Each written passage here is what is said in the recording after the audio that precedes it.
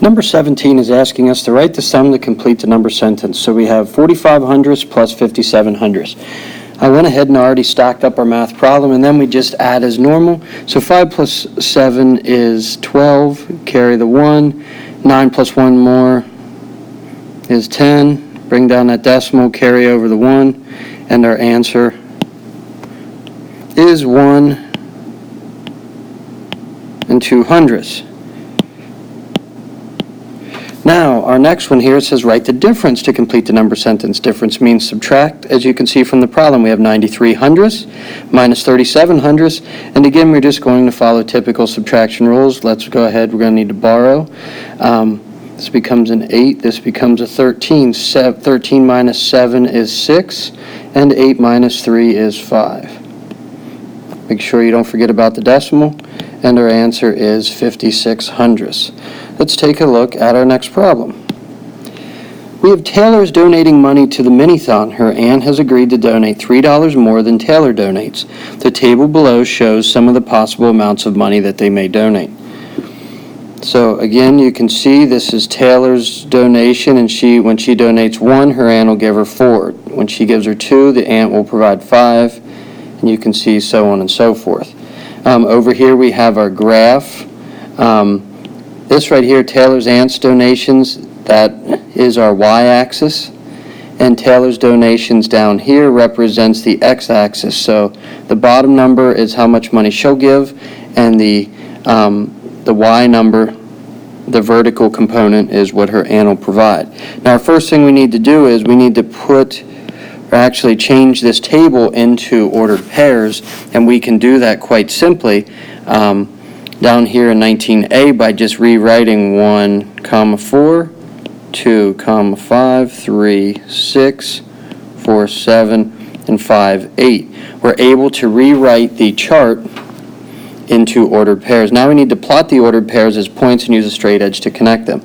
So we go over 1, up 4, over 2, up 5, over 3, up 6, over 4, up 7, over 5, up 8.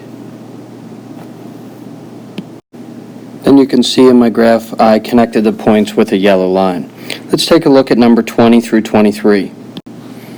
Numbers 20 through 23 involve addition and subtraction of decimals, and we need to also provide an estimate.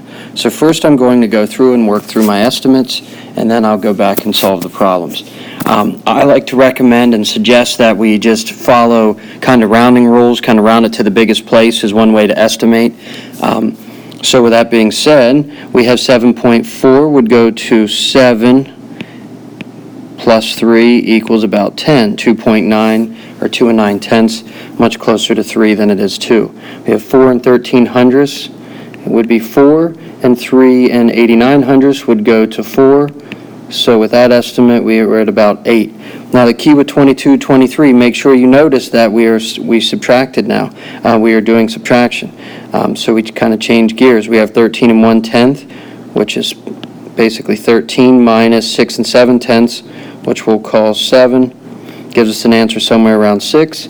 Then we have 11 89 hundredths, which we'll call 12 minus 7, because 7 and 43 hundredths goes to 7, and our estimates. So there you go. Now we have an idea of our estimates. Our estimates are to help us guide our answers. Now our next step would be to stack our problems vertically. I always put my decimal in first so I don't forget.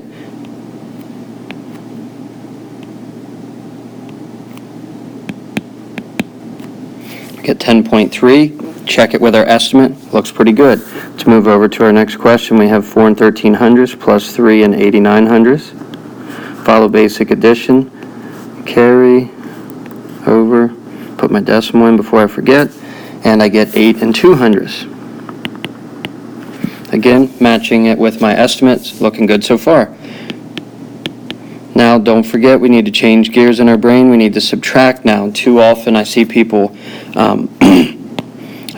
add here. Okay, looks like we need to do some borrowing regrouping here. So after I show my borrowing, we get 4, bring down the decimal, 12 minus 6 is 6. So this answer was 6 4/10. And my final one, we have 11 8900ths minus 7 and 4300ths. Not too much in the way of borrowing, so we get 4 and